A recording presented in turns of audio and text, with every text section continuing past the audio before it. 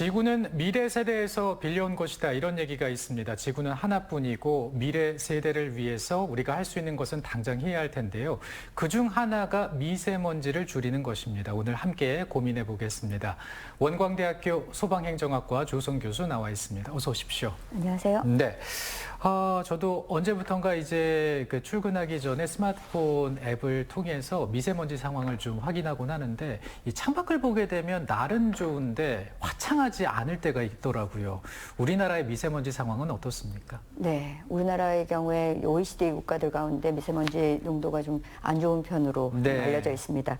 서울 기준으로 했을 때 연평균 그 미세먼지 농도가 저희 농도는 이제 보통 이렇게 부피 단위로 네네. 보거든요. 한 단위로 봤을 때 우리나라의 21 마이크로그램 수준이에요. 그래요. 이게 세계보건기구에서 권고하는 수준이 이제 5 마이크로그램 수준이기 때문에 한 4배가 넘는 정도라고 보셔야 될 것 같습니다. 네. 상당한 농도를 보이고 있는데요.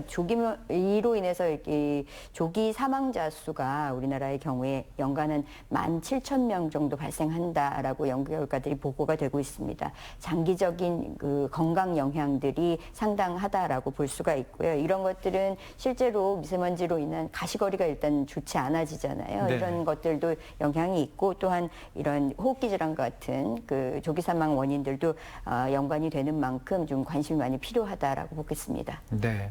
그런데 이제 미세먼지가 있고 초미세먼지가 또 있더라고요. 초미세먼지가 더 위험한 거죠?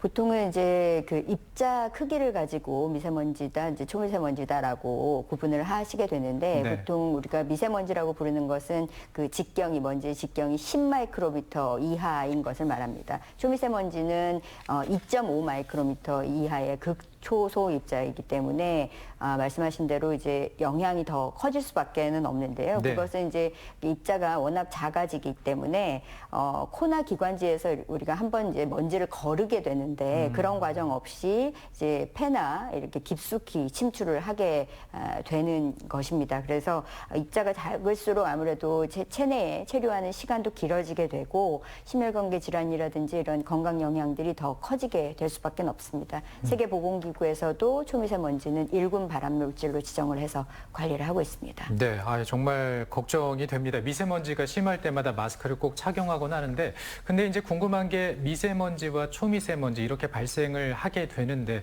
원인이 어디에 있고 이유가 무엇일까요? 보통 먼지는 우리 일상 속에서도 발생을 네. 하잖아요. 그래서 이제 뭐 황사라든지 산불이라든지 이렇게 화산 활동 같은 자연적인 요인들도 분명히 존재를 하고요.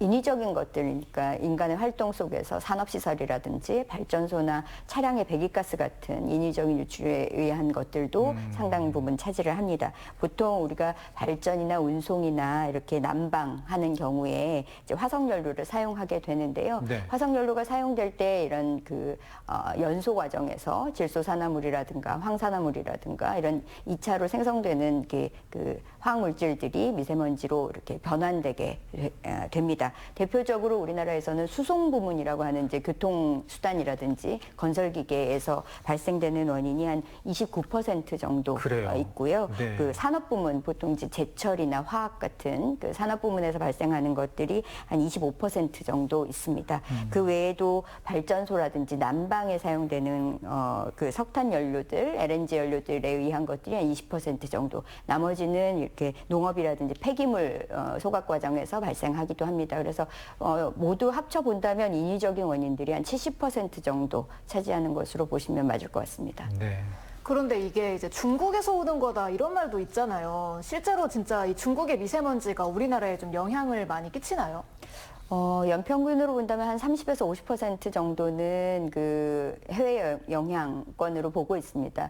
우리나라의 경우에는 지리적인 영향 때문에 아무래도 이제 그 중국의 영향이다. 왜냐하면 그 봄철에 황사가 몰려오는 그 편서풍 영향권을 보자면 이제 중국을 거쳐서 오게 되잖아요. 네네. 그렇기 때문에 이제 영향이 없는 것은 아닙니다. 더군다나 이제 중국이 이제 산업 잡지설이 늘어나게 되면서 네. 이런 공업 발달 때문에 이제 먼지에 기존의 뭐 황사와 같은 먼지만 있는 것이 아니라 이 안에 그 화학물질들이 섞여서 넘어오게 되니까 분명히 영향은 안 좋은 것들이 많이 있는 것은 맞는데요. 최근에 그 연구 결과들에 따르면 수도권에서 발생하는 대부분의 미세먼지들의 한 60에서 70%가 국내 발생 원인이다 이렇게 보고 있습니다. 네. 보통 특히 이 초미세먼지의 경우에는 국내 요인이 더 크게 작용한다라고 보고 있는데요. 아무래도 이제 외부 영향들은 통제 가능성이 조금 더 낮기 때문에 그 국내적인 발생 요인들부터 관심을 갖고 해소해 나가려는 노력이 필요하겠습니다. 네, 정말 그 감축을 하기 위해서 우리도 발벗고 나서야 되지 않을까 싶습니다.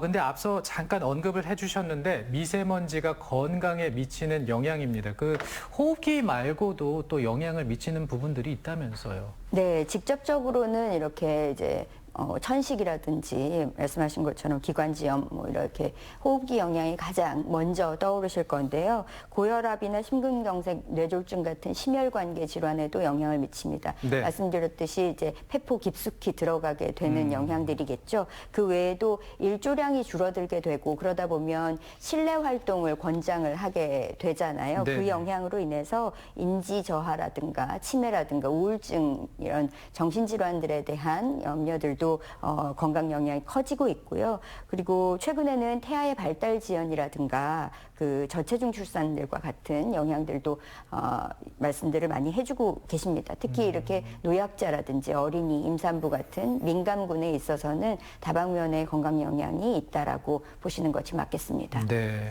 그렇다면 지금 당장 이제 미세먼지를 줄이는 노력이 필요할 것 같은데요. 가장 시급한 게 이제 화석연료를 좀 줄여나가는 노력이라고 하더라고요. 네, 정확히 보셨습니다. 이 화석연료가 연소되는 과정에서 아무튼 이런 그 대기오염 물질들이 배출되고 있기 때문에 그 초미세먼지 줄이기 위해서는 화석연료를 줄이는 것 이거 굉장히 큰 문제이고요. 특히 우리나라의 경우에는 석탄화력 발전에서 발생되는 초미세먼지가 한 20% 정도를 차지합니다. 그리고 또한 디젤 차량에서도 배출량이 좀 높은 편이거든요. 이런 화석연료 의존도를 전반적으로 줄여나가려는 노력들이 필요하겠습니다. 네.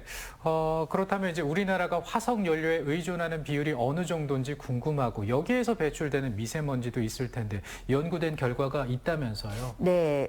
2022년 기준으로 했을 때 우리나라의 1차 에너지 공급의 84.8%가 화석연료에 의한 것입니다. 네. 석유에 의한 것이 비중으로는 가장 높은데요. 8% 정도. 근데 미세먼지 배출원으로 본다면 석탄에 의한 것이 가장 높습니다. 말씀드렸듯이 약 21% 정도가 석탄 화력 발전에서 발생하고 있다라고 보셔야 할 것 같습니다. 네. 네, 그러면 이 화석연료의 이제 의존 비율을 좀 줄여나가려면 대체 에너지로의 전환이 필요할 텐데요. 어떤 대체 에너지로의 전환이 좋을까요? 보통 우리가 신재생 에너지라고 부르는 것들 있죠. 그 태양광이나 수력, 뭐 풍력, 뭐 지열 이런 것들 전환해야 된다라는 말씀 많이 해주시는데요. 특히 태양광이나 풍력 같은 경우가 실제 운영도 비교적 간단해서 많이 이제 핵심 기술로서 주목을 많이 받고 있고요. 우리나라에서는 이런 태양광이나 풍력 같은 발전의 경우에 간헐성을 좀 문제 삼는 경우들이 있어요. 네네. 이것 때문에 이제 지속 가능하지가 못하다라고 평가하기도 하는데 이런 것들은 뭐 저장 장치라든지 이런 다른 대체 기술로 변환을 해주는 것이 필요한 것이고요. 기본적으로는 이런 에너지 전환들이 결국은 뭐 발전 자체의 전환도 있지만 이런 생산지에서 사용을 그대로 할 수 있게 만들기 때문에 우리가 수송에 드는 그런 비용이라든가 사회적 갈등 요인들도 해소할 수 있는 하나의 대안이 될 수가 있습니다. 네.